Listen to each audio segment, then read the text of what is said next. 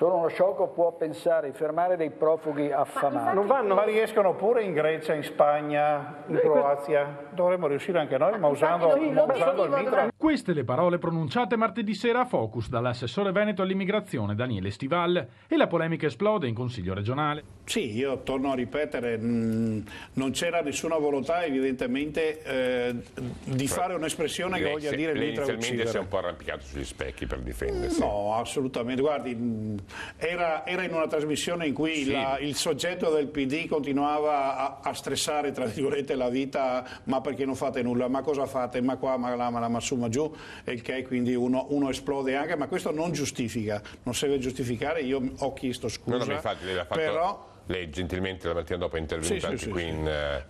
Però io sto odiando l'ipocrisia che c'è nel voler la politica trasversalmente a dire non esiste un problema di sicurezza, non esiste un problema di difendere i nostri confini, eccetera.